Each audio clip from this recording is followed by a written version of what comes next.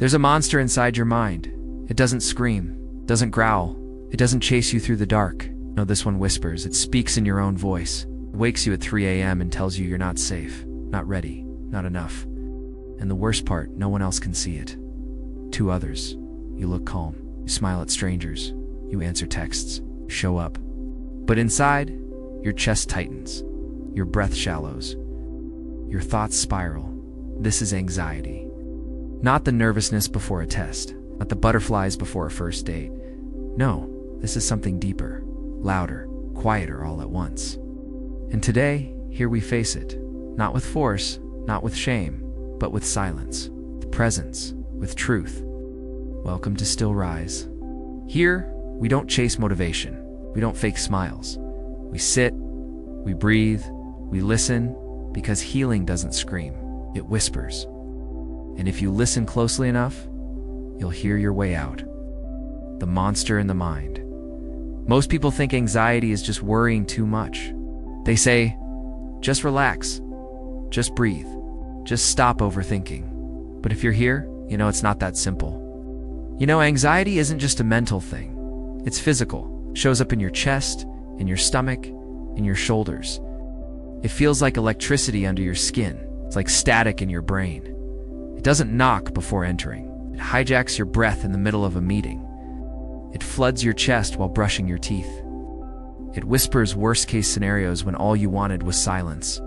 Anxiety isn't about being afraid of something real. It's about being afraid of everything that might happen. You try to control it, fight it, hide it. But the more you push it down, the louder it returns, till eventually it becomes the background noise of your life. 1. The first encounter, let me tell you a story. There was a boy, quiet, smart, always smiling. But every day at school, his hands would sweat, his heart would race. He would hear his name called for roll, and suddenly his throat would tighten. When asked to speak, he froze, not because he didn't know the answer, but because the spotlight burned. He didn't know the word for it back then, just thought he was broken. At night, he would replay the day, that one sentence he said wrong, that laugh he heard in the hallway. His body relived moments that had already passed.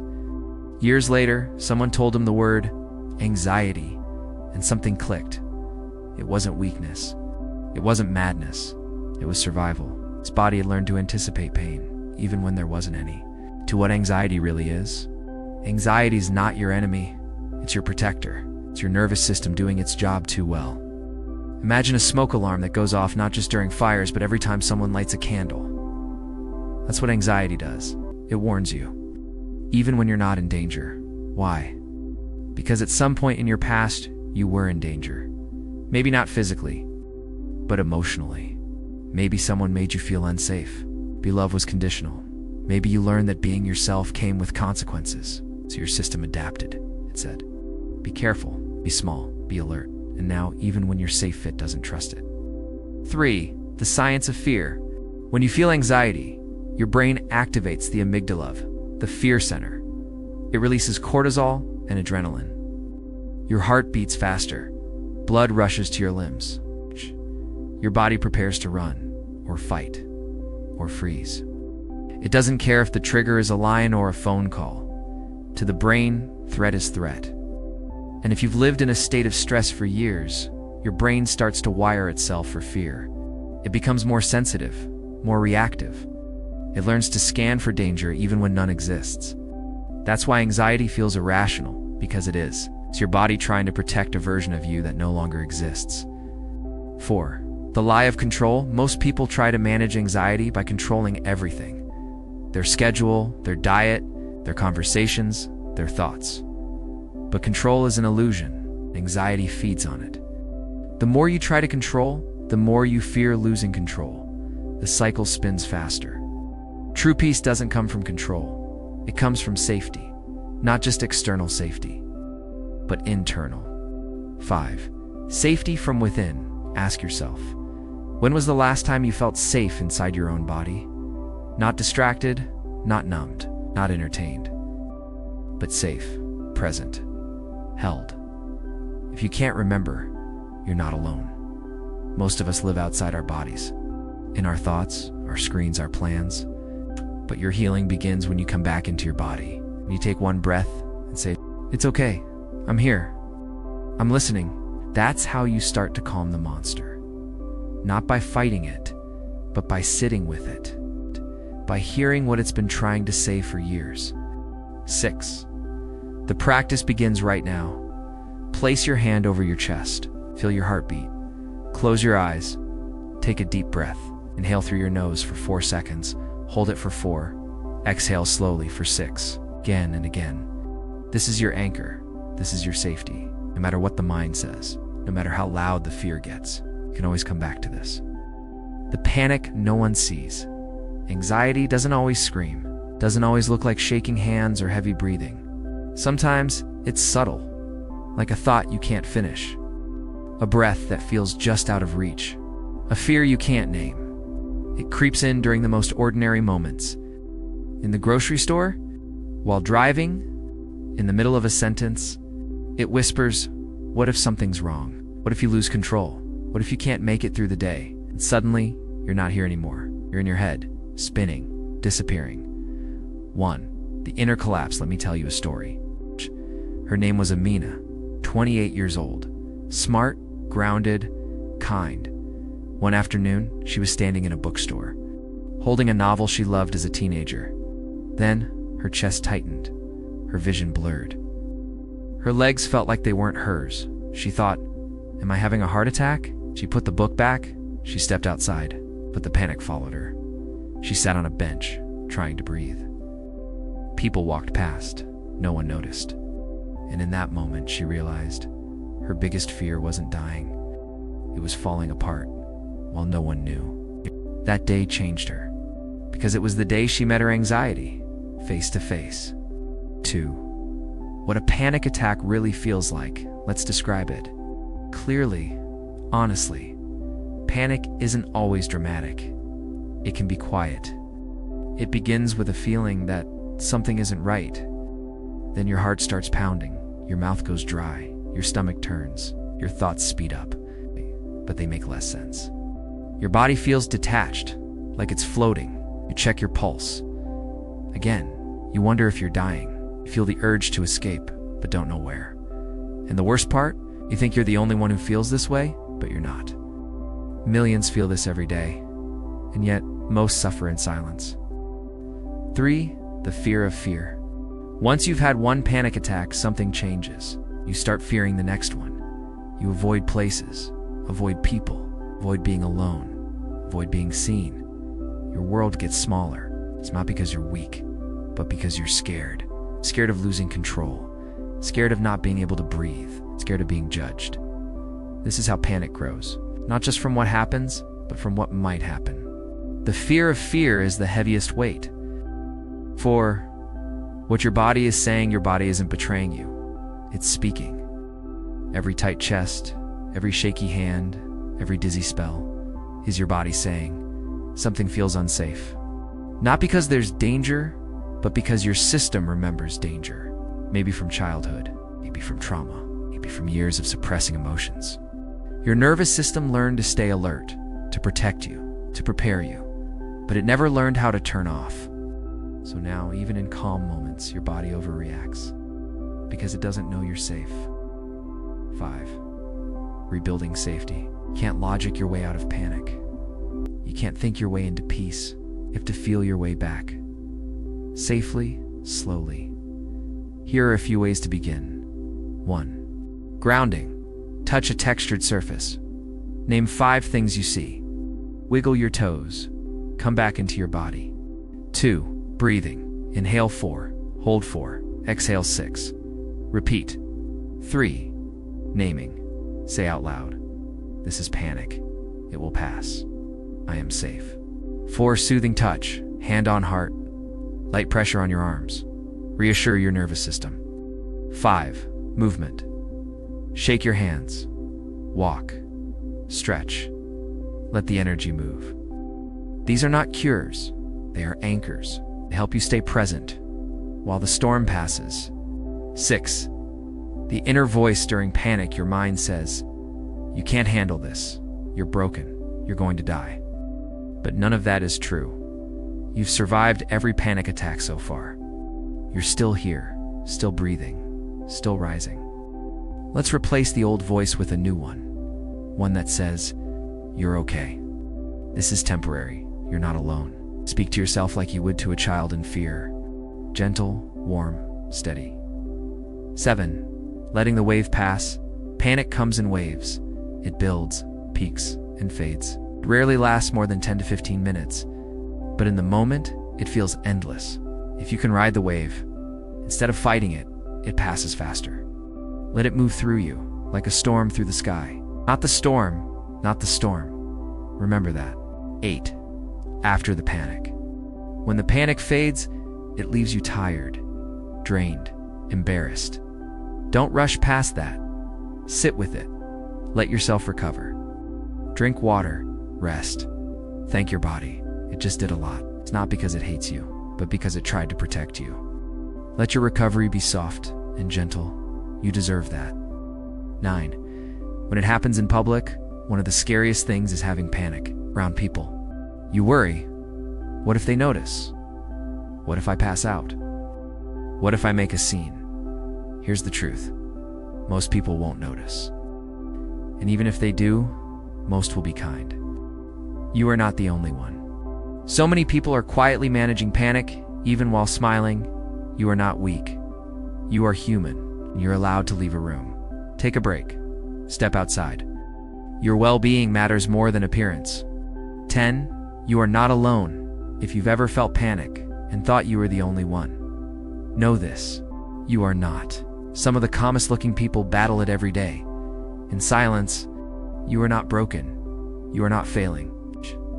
You are responding to something old, something deep. And now you are learning a new way. A way of responding with compassion, with presence, with breath. You don't need to be fixed. You just need to be felt. The invisible triggers. What sets anxiety off? Imagine this. You're sitting in a quiet room. Nothing seems wrong. But suddenly, your heart starts racing. Your hands sweat. Your chest tightens. And you don't know why. This is anxiety, but not the loud kind. This is the invisible kind. It begins in silence. A look, tone, a smell. A flicker of memory from years ago. Your body reacts as if you're under threat. But there's no danger, not anymore, yet your mind doesn't know that. Anxiety is often misunderstood. People think it comes from obvious stress. A fight, an exam, a big event. But most of it doesn't. Most of it comes from what's buried, from quiet triggers. Things that seem small, but hit deep. A voice that sounds like someone who hurt you. A hallway that feels like a school you feared. A word that reminds you of something you never healed. These are the invisible triggers. They live in your nervous system, in your memory, in your body. You don't even know they're there till you feel anxious for no reason. But there is a reason. You are not broken. You are remembering. Your body is reacting to an old wound. It's not to harm you, but to protect you.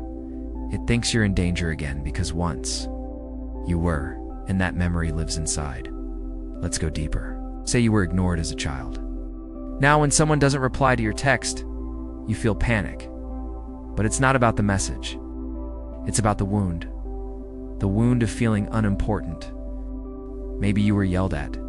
Now when someone raises their voice, you feel small, like you're in trouble, even if you're not. It's not the moment that triggers you, it's the memory. Your anxiety is your body saying, this feels familiar and I don't want to be hurt again. Understanding your triggers is healing. You begin to see the pattern, not to blame yourself, but to free yourself. Because once you name it, you can calm it. Let's pause. Think of a time recently when you felt anxious. Now ask, what did it remind me of? What memory does it connect to? What was similar about that moment to something long ago? Even if it's not logical, it may be emotional. The brain stores emotion, not logic. So if your heart is racing, there's something your body remembers, even if your mind doesn't. And this is the key. You can't think your way out of anxiety. You have to feel your way through it. Let your body speak. It has something to say. It may sound like this. I'm afraid. I feel alone. I don't feel safe. And your job is to listen, not to fix, just to hold. Because that part of you that's afraid is often just a younger version of you. And that part needs love. It's not judgment. Here's a truth. Your triggers are not your fault. But healing them is your responsibility. Not to be perfect, but to be free. Free from the loop. Free from the fear. Free to live without feeling like something is always wrong. Part 4. Living with the storm. How anxiety affects daily life sometimes. Anxiety doesn't knock. It barges in. It arrives while you're brushing your teeth, while you're trying to choose what to wear, while you're in the middle of a conversation. It arrives when nothing is wrong, yet everything feels off. It becomes your shadow. You wake up with a tightness in your chest. Can't explain it. There's no reason. Nothing has happened. But it's there. Like a weight. Like you've already disappointed the world and the day hasn't even begun. Every little task becomes a mountain. Checking your phone, making a phone call, replying to a message, walking into a room full of people, even deciding what to eat. Your brain starts running ahead, predicting disasters, embarrassing moments, awkward silences. It makes your world smaller. You avoid situations. You cancel plans. You stay in. Not because you wanted to, but because it feels safer, predictable, quieter. You start to shrink from life. Then comes the guilt. You tell yourself, why can't I just be normal? You see others laughing, working, thriving, and you feel broken. You feel weak. You start to believe that you are the problem, but you are not. Anxiety is not a weakness. It's a response. A deeply rooted system trying to protect you even when there's no danger. Your nervous system is on high alert, always scanning, always preparing, always reacting. And that hyper-awareness makes even simple things feel overwhelming. Crowds feel suffocating. Small talk feels terrifying. Silence feels loud. It can make relationships harder. You may pull away when someone gets close, not because you don't care, but because you're scared. They all see the chaos inside you. You overthink every word you said, every text you sent, every glance you gave.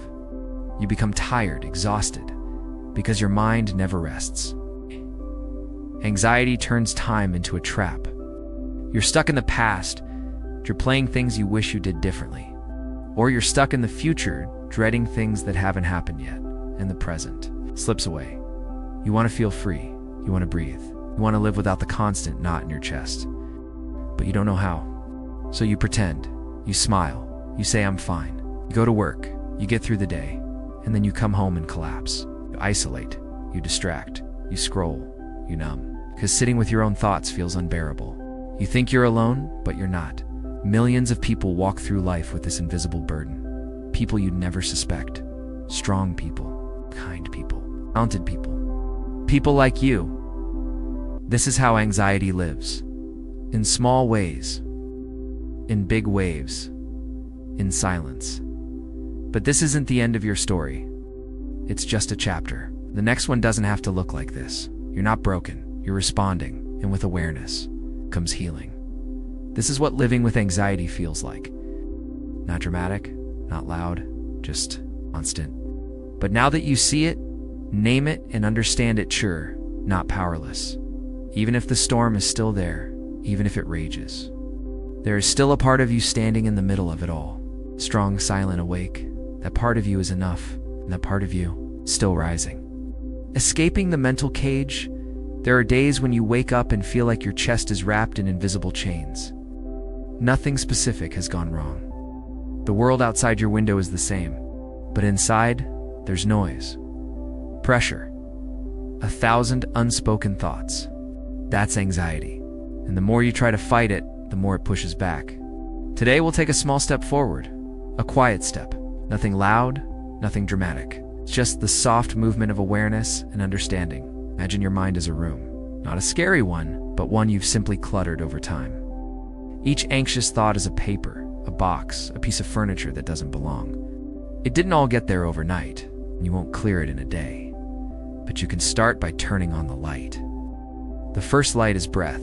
Breathe in slowly. Pause. Exhale. Again, that breath is not just air. It's your anchor. It's your reminder that this moment is the only one that matters. Not the mistake from yesterday. Not the fear of tomorrow. Just now. The second light is awareness. Close your eyes and say quietly to yourself, I'm safe right now. I am not my thoughts. I am the observer of them. Thoughts will rise. What if I fail? What if they hate me? What if I can't handle it? Let them pass. Don't fight them. You're the sky, not the storm. The third light is truth. Sometimes anxiety whispers lies with a voice that sounds like your own. You're weak. You can't change.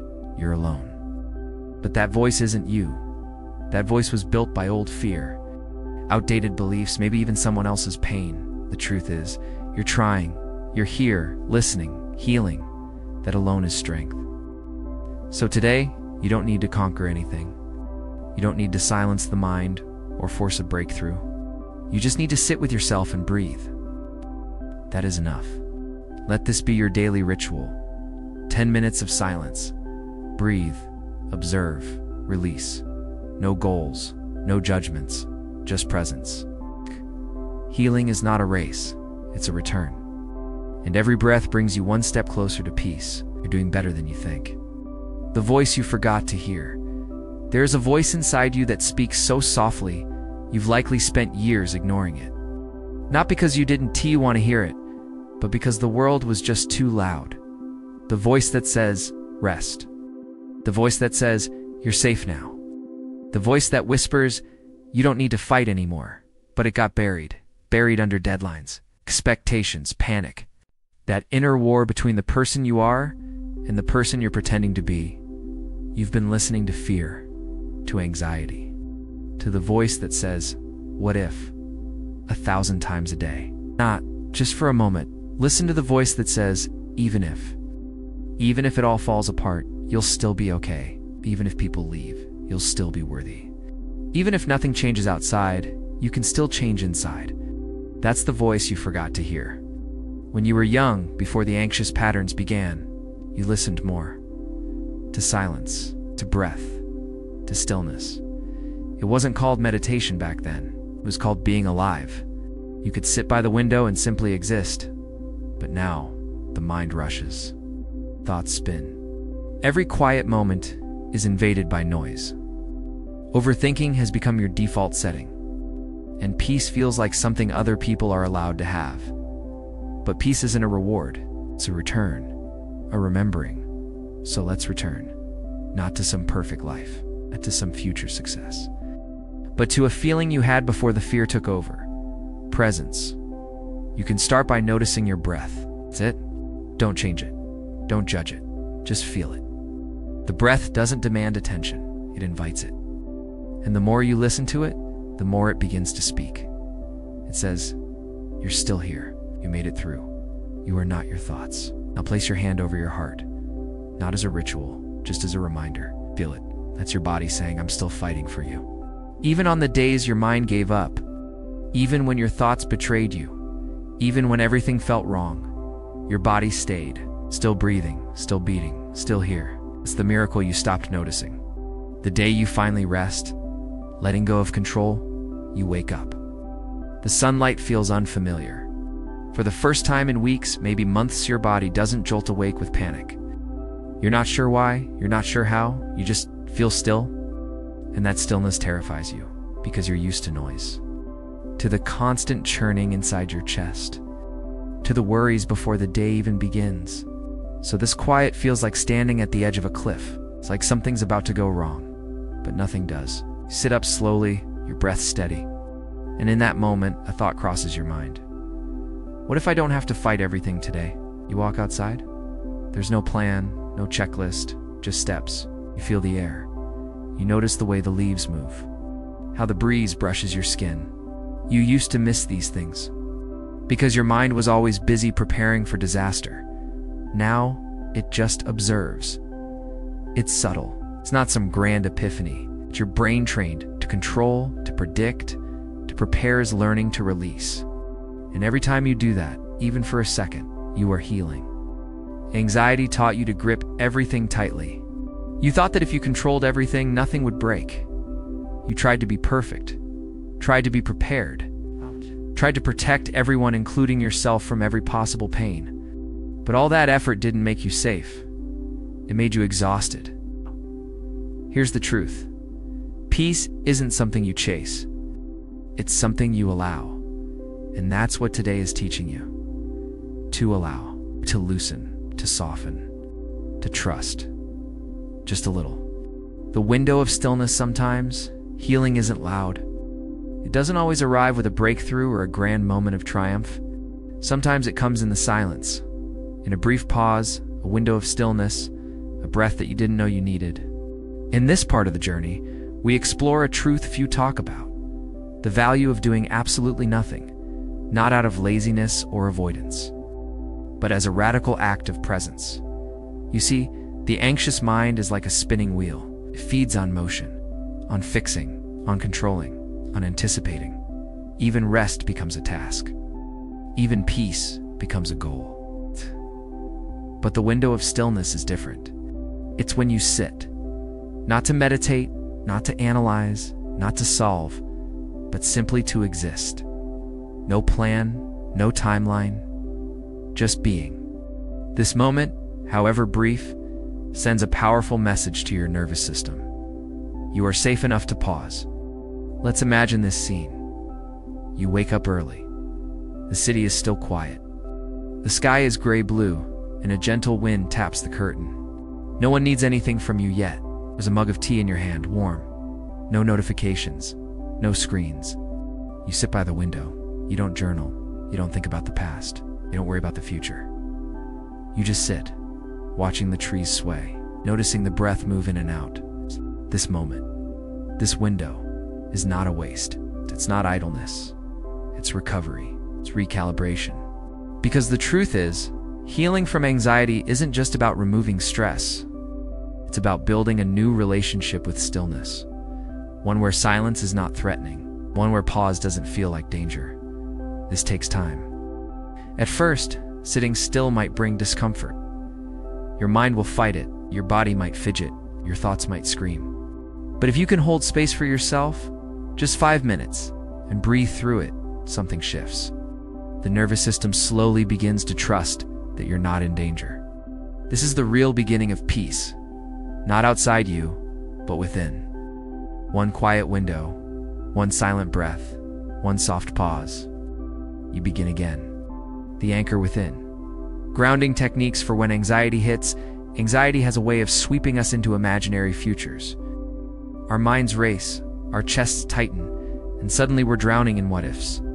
That's why grounding is not just a technique, it's a lifeline. Grounding means calling your mind back home, into your body, into this moment. Because anxiety lives in the future, but peace lives in the now.